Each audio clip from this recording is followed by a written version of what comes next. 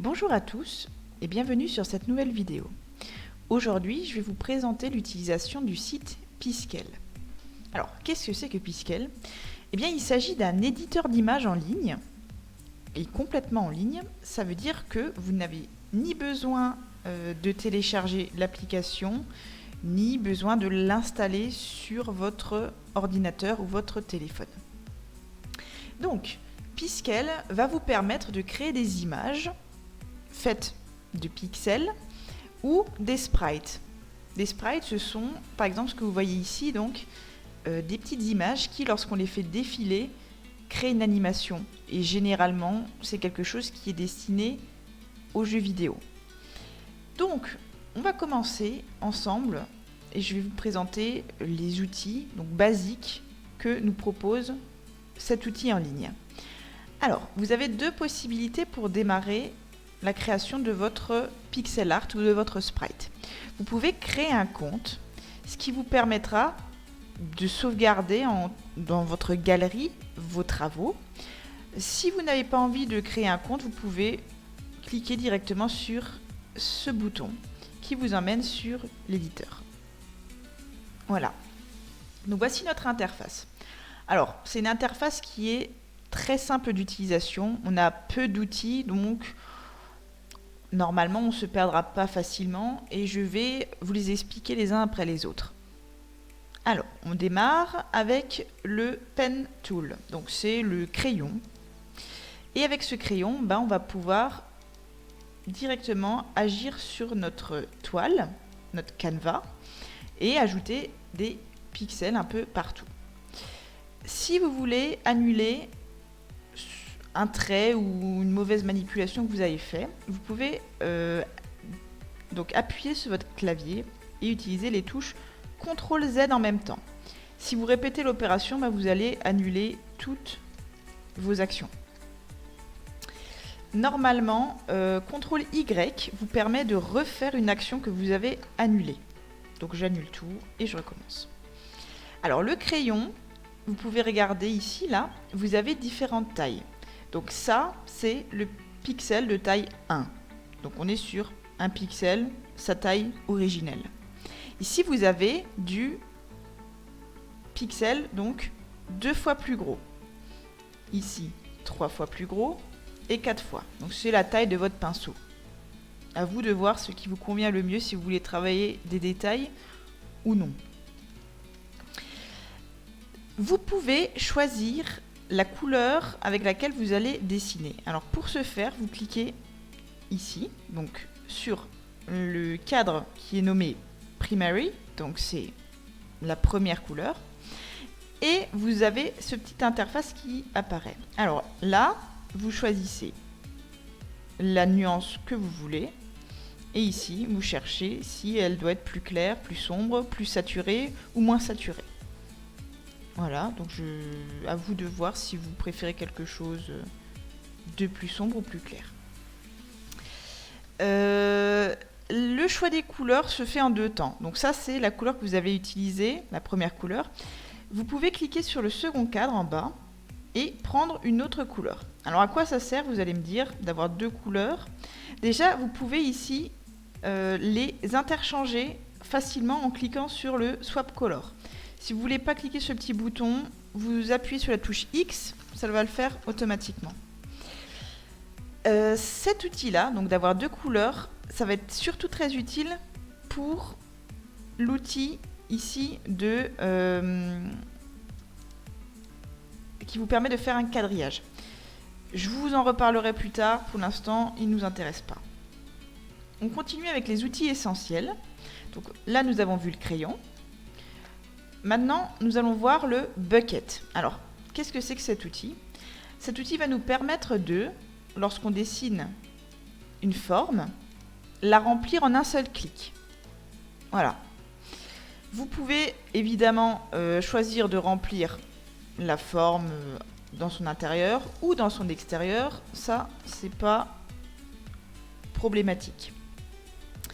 L'outil bucket voilà, vous pouvez tout à fait aussi remplir votre toiles d'un coup, mais il ne va fonctionner que si votre forme est fermée. Je vais justement prendre l'autre couleur que nous avons choisie. Donc, vous voyez, là, il n'y a pas de souci. Maintenant, cet outil ne va remplir que les pixels qui se touchent. C'est-à-dire que si je fais ça, il va rester tout le jaune autour et je n'aurai rempli du coup que cette portion où tous les pixels se touchent les uns à côté des autres. Vous avez l'outil gomme qui est ici. Alors, je vais faire une petite surface, voilà. Et tout simplement, l'outil gomme, en fonction de la taille que vous avez choisie, va vous permettre de gommer ce que vous avez fait. Si vous voulez simplement annuler une action, utilisez le CTRL Z, c'est plus efficace et ça va plus vite. Mais si vous vous êtes trompé sur un petit détail, la gomme, elle peut vous sauver à certains moments. Vous avez le Stroke Tool. Alors, cet outil-là vous permet de tirer des lignes droites, comme ceci. Donc vous pouvez très bien faire une sorte de quadrillage, de grille, ou ce que vous voulez. Donc ça fait des lignes droites, mais ça fait aussi des lignes qui peuvent être de biais. À vous d'utiliser cet outil comme vous le souhaitez. Voilà. Vous pouvez aussi réaliser un rectangle. Si vous maintenez normalement Shift, donc c'est la petite flèche que vous avez au-dessus de la touche CTRL, donc le contrôle. Donc si vous maintenez Shift, vous réaliserez un carré parfait. Vous voyez, donc ça, mes proportions ne bougent plus. Sur le même principe, vous avez le cercle.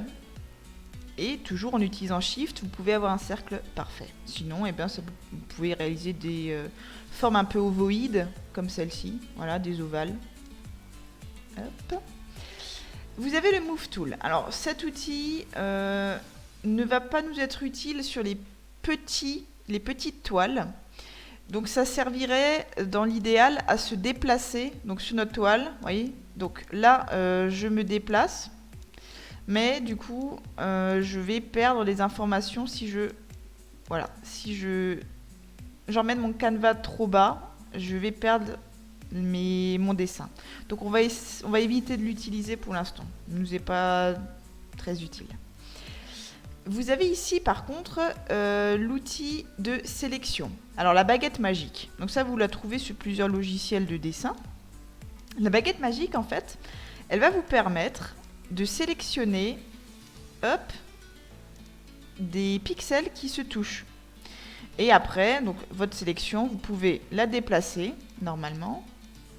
Voilà. Et réussir du coup à la mettre à un endroit autre que celui que vous avez choisi à la base.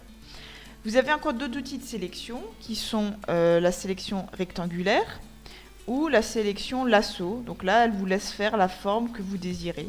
Et tout ce qui va être inclus dans cette forme va se transformer en sélection. Et enfin, le dernier outil qui va nous être utile, vraiment utile, c'est l'outil pipette. Alors cet outil va vous permettre de prendre une couleur qui existe dans votre toile. Alors je vais faire un petit test. Donc je vais mettre plusieurs couleurs différentes sur ma toile. Voilà. Et vous voyez que je n'ai plus le jaune dans mes couleurs, dans mon sélecteur de couleurs. Mais j'aimerais bien récupérer exactement le même jaune. Alors j'utilise l'outil pipette et je clique dans mon jaune. Et vous voyez, j'ai récupéré ici ma couleur. Et je peux à nouveau peindre avec. Donc ça, ce que nous venons de voir, c'est vraiment les outils de base avec lesquels vous pouvez travailler sur Piskel. J'aimerais un petit peu maintenant vous montrer des outils plus complexes que vous n'êtes pas obligé d'utiliser, mais qui peuvent être intéressants à partir du moment où vous êtes à l'aise déjà avec le dessin digital. Vous avez ici les layers. Alors qu'est-ce que c'est ? En fait, il s'agit de calque. Ça veut dire que je vais pouvoir, mettons, faire un dessin sur ce calque.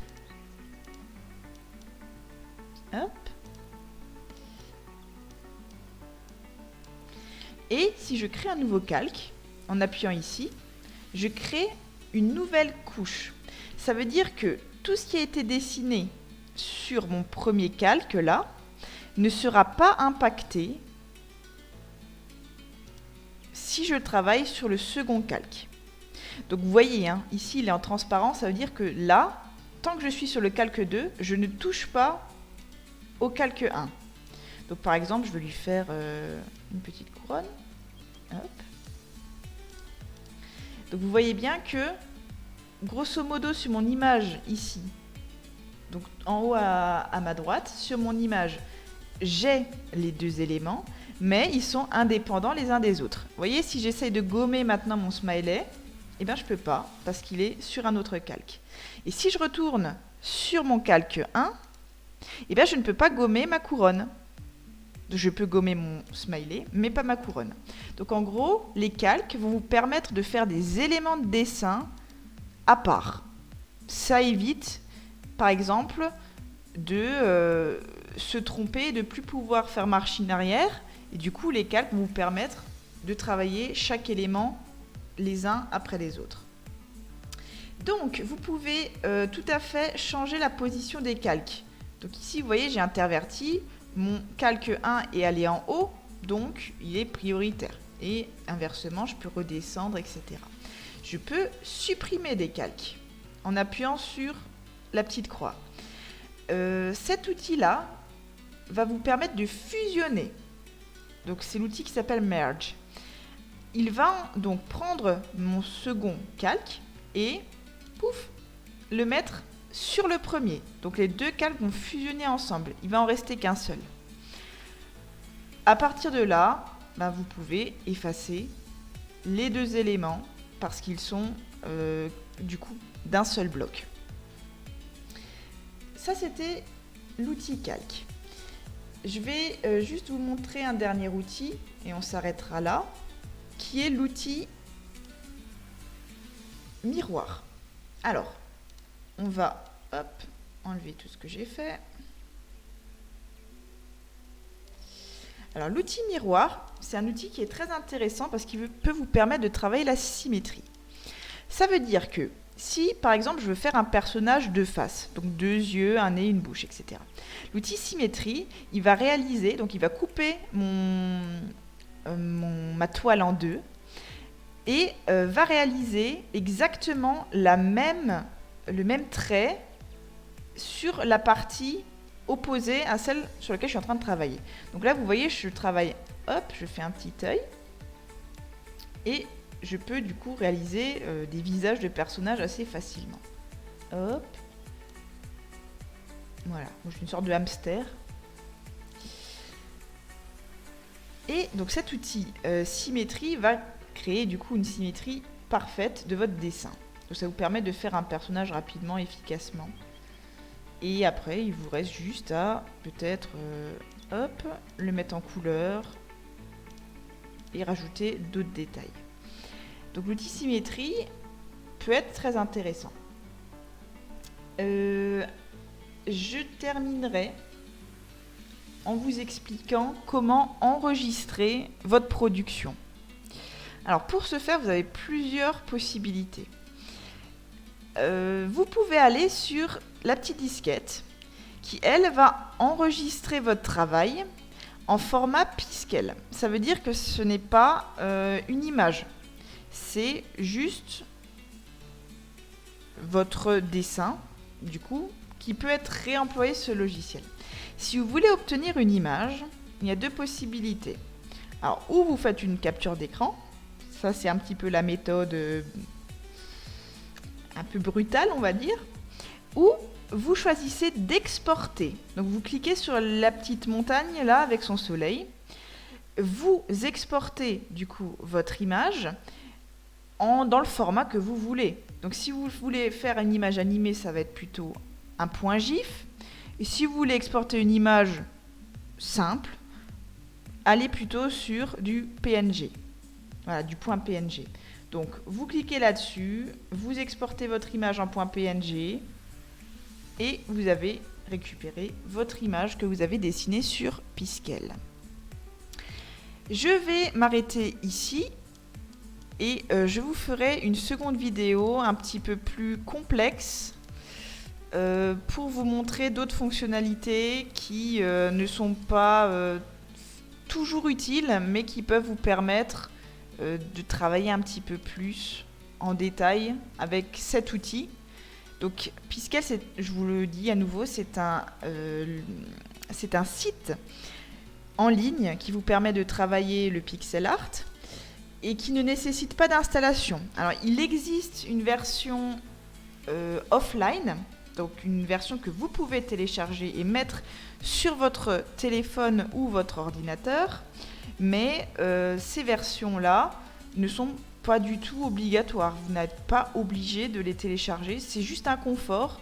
Si par exemple vous avez une mauvaise connexion internet, là ça peut être avantageux d'utiliser la version qui n'est pas en ligne. Mais sinon, utilisez-le tel quel par navigateur, il n'y a normalement pas de souci.